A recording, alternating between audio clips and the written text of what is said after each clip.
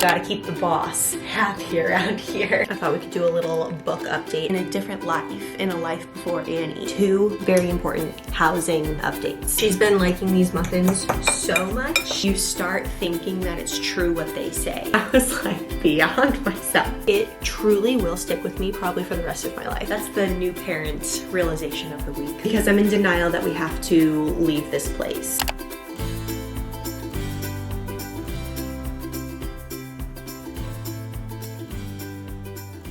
Hello friends. Excuse me 1 second. Gotta get these little neck hairs off my neck. Don't need that stimulation, you know. I was about to make a batch of these oatmeal banana healthier muffins that Annie has been obsessed with because we ran out of those yesterday and we gotta keep the girl happy. We gotta keep the boss happy around here. And it's been such a great grab and heat up breakfast. We do 1 muffin, a yogurt pouch, a smoothie, or strawberries if she will eat strawberries. She likes the taste of strawberries, just not the texture of them. So if I have a smoothie of sorts with strawberries in it, that's what we usually go for as well. But I ran out of muffins, so we gotta make some more. Although I will say, this girl, this morning, because we were out of muffins, I went back to scrambled eggs, which we haven't done in so long because she started just rejecting eggs altogether. Not her body, like she's fine, but she just like didn't want eggs anymore. She didn't want the Kirkland egg bites that we get from Costco. Got her these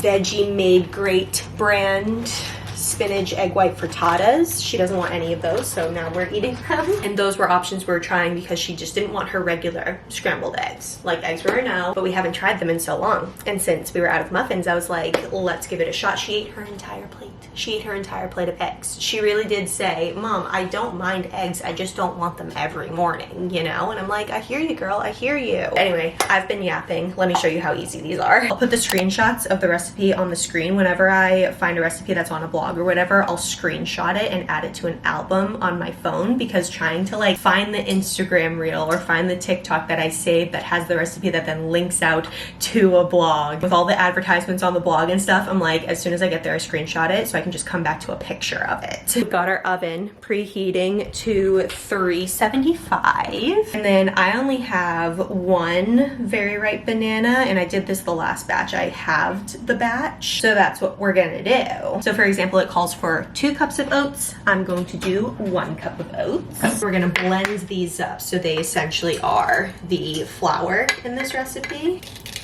Oops. Oh God.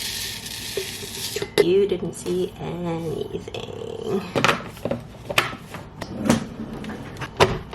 And then the best part about this recipe is that you mix oh no! I should have mashed the banana first. I'll do it at the same time. As I was saying, you just put everything into a bowl and you mix it together. FYI, the recipe suggests that you put everything just in a blender and mix it up. If you have a blender that's bigger than like that 1 cup ninja thing that I have, go for it. But I learned the hard way that all of this stuff does not fit into there, so I just do old-fashioned way with a fork. Have an immersion blender, probably be easier, but I don't really find this to be super difficult. Maybe even a hand mixer. It doesn't even have to be as fancy as an immersion blender. She's been liking these muffins so much that she has created a new word. You would think it would be muffin, but it's muss, and that is muffin in this house. She loves them so much that she has a new word added to her vocabulary, and that I always make sure that when we get a bunch of muffins, we keep 1 to the side so that it goes really ripe, and that we can make another batch of these. All right, that is mashed up. Now we just like add everything in and mix it together. Remember that I'm halving everything. If you have 2 ripe bananas, you would use the full recipe, but this is just half. So 3 ounces of milk,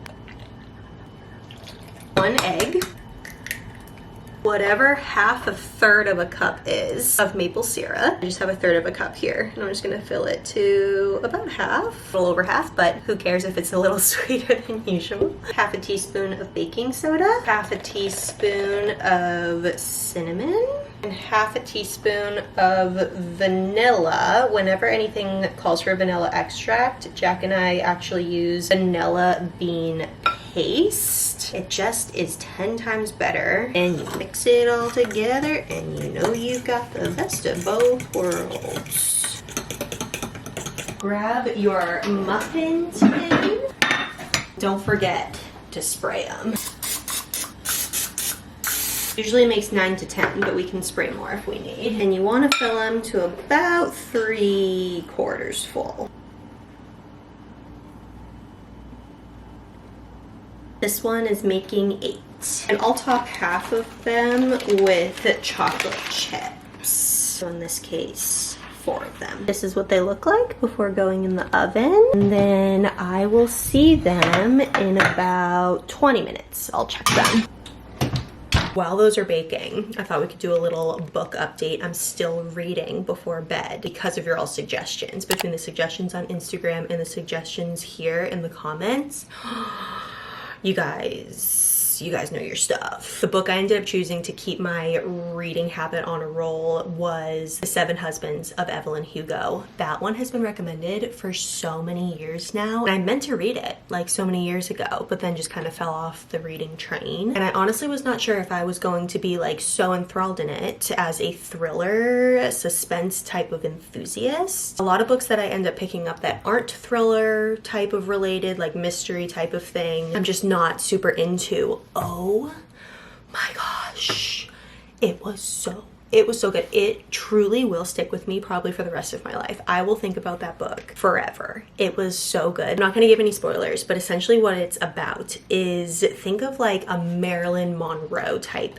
of figure, and that's Evelyn. This actress had grown up in like 50s, 60s, 70s, 80s, like Hollywood. She was very scandalous. She had 7 husbands, and so there was always talk about town about that, about her movie choices, her escapades, and you know, the whole thing. And especially in the 50s, 60s, 70s era, there was a lot of judgment on women specifically involved in things like that, as you can imagine. But no one in a very, very, very long time has gotten an interview or a photo shoot or anything with this like world-renowned movie star. And all of a sudden, the main character, who's a journalist, but like starting off in her career, she's a very itty-bitty little journalist, like no one knows who she is, gets called specifically by Evelyn to do an interview. And it's so confusing because why would Evelyn specifically seek out this person to do an interview? And you're wondering that the entire book. You're wondering why, and you're leading up to it the entire book. So that's all I'm gonna say. But the writing is top notch. I was hooked the entire time. I was so enthralled with Evelyn's story as she told it, like her whole life story. And also knowing that it was leading up to like this big suspenseful mystery type of like, why did she call this specific person to do her biography in a way. It was so good. So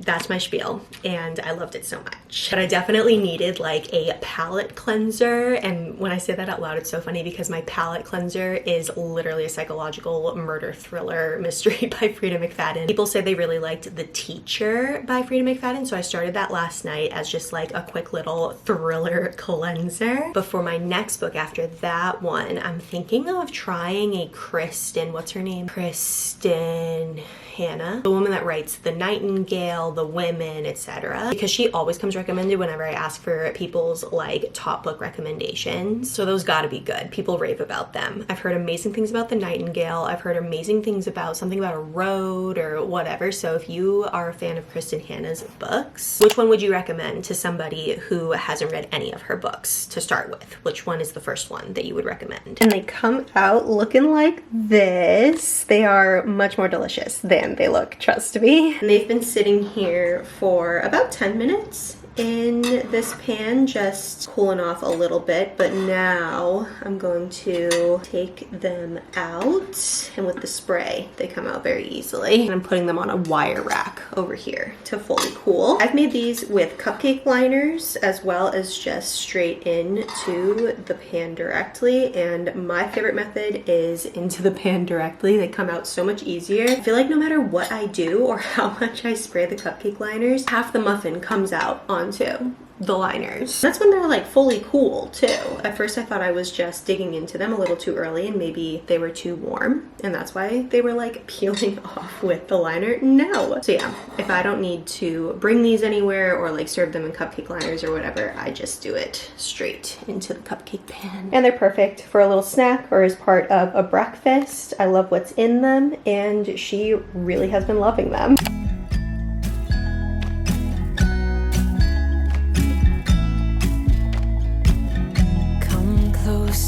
Dance for me, Easy, tiger, easy, let your hair down. Come closer, let me see all your million faces and all your million mistakes. You don't need to hide. Come closer so that we can be together. Everything that has been don't matter no more. We've burned it. All those whirlwinds can't touch us no more. We've earned it. We've earned it.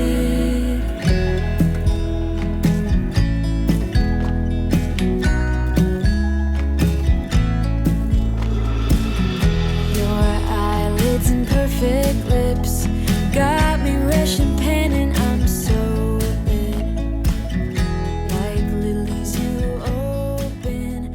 I feel like if I could choose anything that like represents the phase of life that we are in right now, it's folding the clean laundry that's been sitting there all week since I think last Sunday, only to then fill it to the brim with the dirty clothes that have been piling up on the floor all week. I know one day we will get back to being on top of our laundry, but today is just not that day. Jack's at the gym right now. I have the oven preheating to heat up some leftover steak and potatoes that we had last night. It was so yummy. But what I'm really excited about, is he back? No, that's not it. Who is that? Everyone in the building that we live in, I feel like, is so nosy. I should say, including myself at this point. I have become extremely nosy living here. Side story, when we first moved here and it was COVID time, so it was like early 2020, Jack and I ordered a ton of IKEA stuff to redo our office because we had been meaning to do it, and then all of a sudden we had a ton of time to do it and we were craving for activities. And when we had it all delivered, there were at least like 3 or 4 people just like standing outside wondering like who that was, what was being delivered. Like, it was so funny, and we were like, what on earth are people doing? Like, it's just packages, like what are they doing? And now look at me, I'm like, oh, who is that? Did she get a new car? Ooh, it looks really spiffy. Where's her old car? Like the same thing. But anyway, I'm really excited for Jack to get home because we are using the majority of Annie's nap today to just play video games.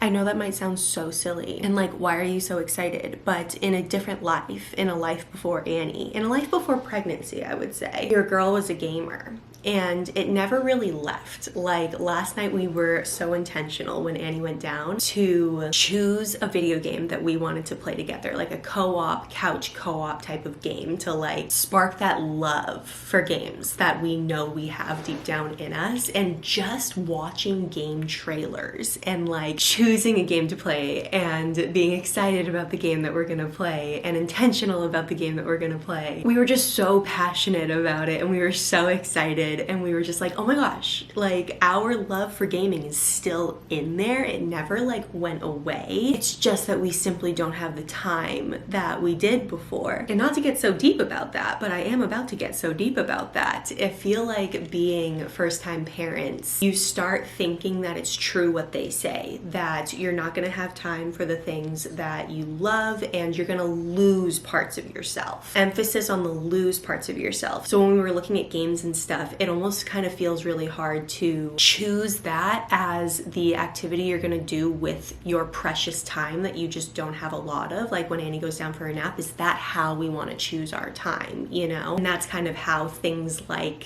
gaming or things that we love kind of get pushed to the side because you kind of talk yourself into thinking that that's not a very useful way to spend your time, you know? So for both of us, we used to be such big gamers, like different types of games, but a lot of time spent gaming, and it's just such a passion of ours. So when that activity started like dwindling out, once we had Annie, we were like, oh, that's the part that we're losing. Like that's the part that we lost. We didn't lose it though. It's still deep in there and we're still equally as excited and like can't wait to get back to it one day, introduce her to some video games we love, etc. So it's still there. It's not lost. It is still there. And finding intentional ways to do those things, I can like feel us creeping back to some of the things that make us us, if that makes sense. So yeah, that's the new parent realization of the week, I would say.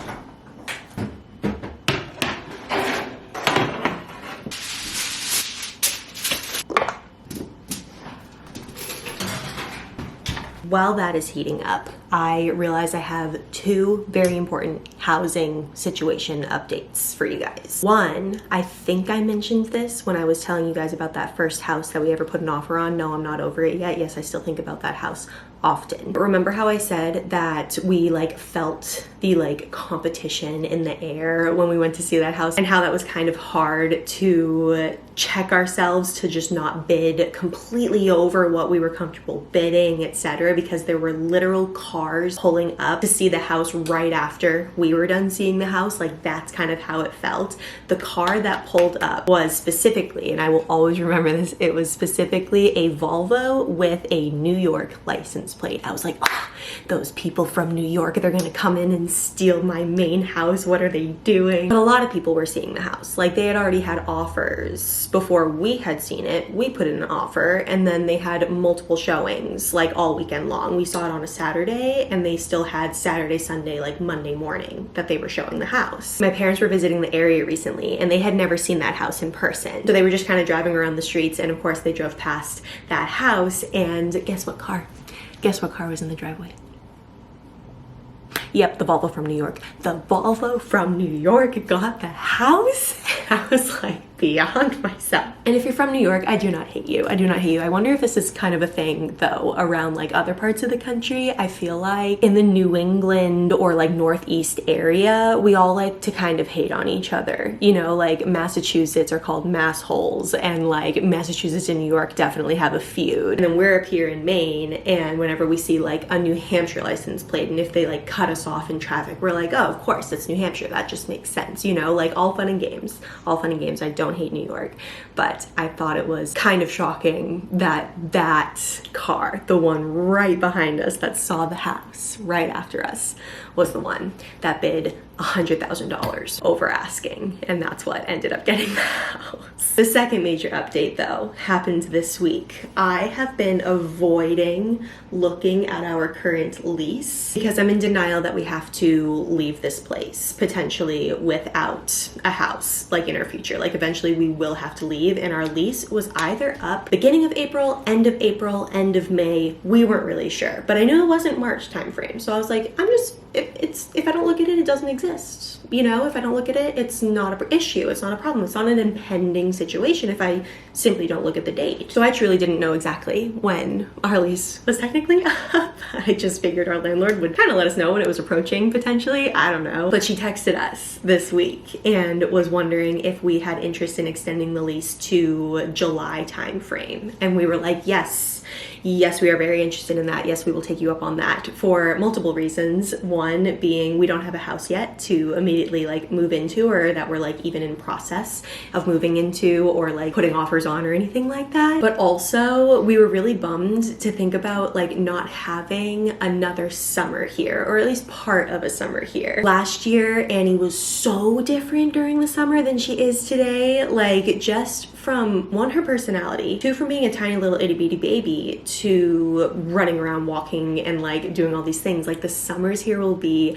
I'm trying not to get my hopes up about it, but so fun. Just even her down to like one nap a day to plan around is just life-changing. So I'm just really excited and like thinking of all of our places and our favorite beach and our favorite restaurants to go to and our favorite ice cream stand and like all this stuff that she literally wasn't even eating ice cream last summer. Was so crazy. So it'll be really fun to like be around our stomping grounds, be around the places we want to show her and experience with her. And now that she's almost 18 months at this point, will be so fun, and we'll get like until July-ish timeframe to do that. that. So that's really fun. But anyways, my friends, I'm going to eat this delicious steak. We are going to game our hearts out. We're trying the game. What's the game called, Bubba? It Takes Two. It Takes Two. That game has been recommended for years, I feel like, for a co-op situation. And we watched the trailer last night and we were like, yes, we need to try that one. So we're really excited. I hope you guys enjoyed this vlog. Make sure to subscribe if you haven't done so already. My Instagram is also linked down below, as well as my TikTok. I like to yap over there. It's a fun time. And I love you all so much. And I will catch you in the next one, my friends. I'll see you later. Bye.